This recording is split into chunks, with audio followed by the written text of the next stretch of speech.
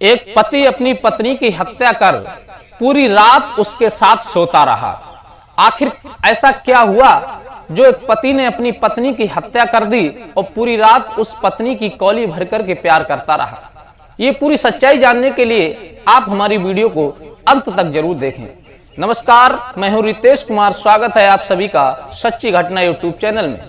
साथियों, ये घटना उत्तर प्रदेश के सहारनपुर की है, जहां एक रमेश नाम का व्यक्ति अपनी पत्नी के साथ रहता था। रमेश के घर के सामने एक टंकी लगी हुई थी, जहां से पूरी कॉलोनी जो थी पानी भरा करती थी। सुबह सुबह उठकर के सब लोग पानी भर रहे थे। तब तक एक व्यक्ति की नजर रमेश के घर पर पड़ गई। उसने देखा कि वैसे तो रमेश सबसे पहले अपने घर को खोलता था, अपने घर के दरवाजे को खोलता था और सबसे पहले पानी भरने के लिए आता था।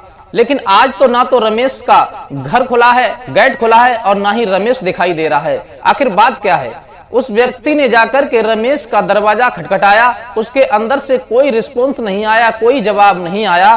तो उसने उसकी खिड़की से जैसे ही झांका तो उसके होश उड़ गए। उसने देखा कि घर के अंदर रमेश की पत्नी जमीन पे पड़ी हुई है और खून से लथपथ है। कमरे के अंदर खून बह रहा है और जो रमेश है वो अपनी पत्नी की कौली भरे सो रहा है। यह देखकर के उस व्यक्ति की चीखें निकल गईं और उसकी आवाज सुनकर के वहां जो भी व्यक्ति थे वो सब एकत्र हो गए और उन्होंने उससे पूछा कि आखिर बात क्या है। तो उसने पूरी हकीकत जो घर के अंदर देखी वो उन सभी व्यक्तियों को बताई। तब तक एक व्यक्ति ने पुलिस को फोन कर दिया। पुलिस फोर्स वहां पर आ गई और पुलिस ने उस रमेश के दरवाजे को जब खटखटाया तो अंदर से कोई जवाब नहीं आया।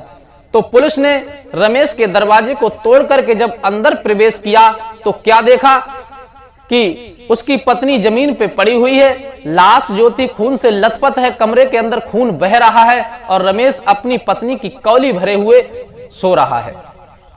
पुलिस ने रमेश को जगाया। तब जगाने के बाद में उसके लिए अपनी कस्टडी में ले लिया और फिर उससे पूछताछ की कि आखिर तुमने ऐसा क्यों किया।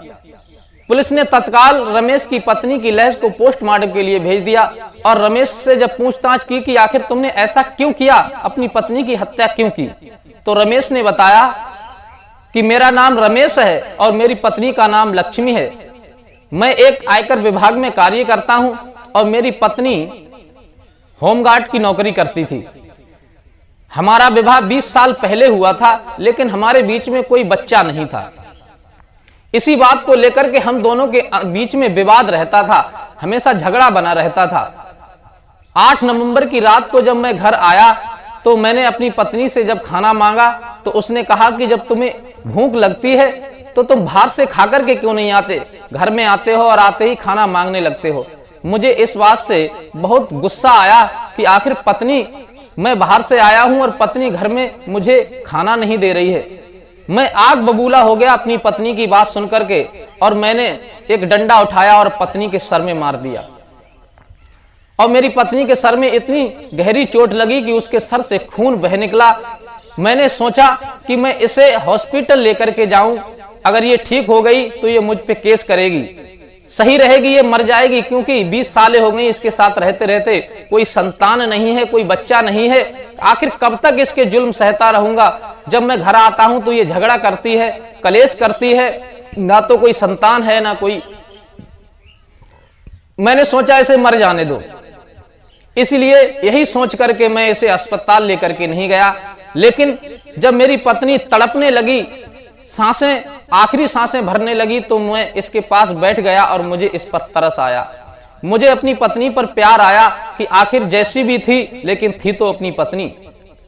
पत्नी वास्तविक एक अपना बायां अंग होती है, क्योंकि पत्नी हर समय, हर परेशानी में, हर परिस्थिति में पति का साथ देती है।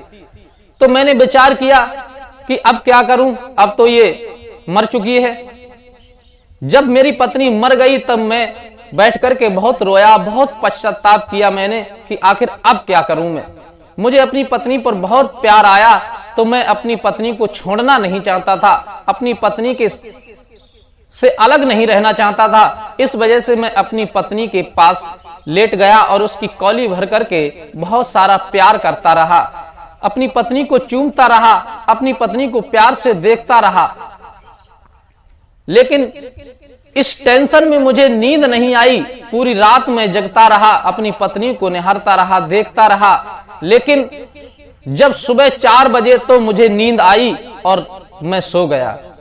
आप लोगों ने दरवाजा खटखटाया तो मैं गहरी नींद में सो रहा था, इस वजह से दरवाजा नहीं खोल पाया। अब मैं अपना ये जुल्म कबूल करता हूं, जो सजा मिलेगी वो मुझे मंजूर है। पुलिस ने रमेश के बयानों को नोट करके उसे तत्काल जेल में भेज दिया। दोस्तों, छोटी छोटी कमियों के कारण, छोटी छोटी लड़ाइयों के कारण इंसान का जीवन तबाह हो जाता है। हंसती खेलती जिंदगी बर्बाद हो जाती है।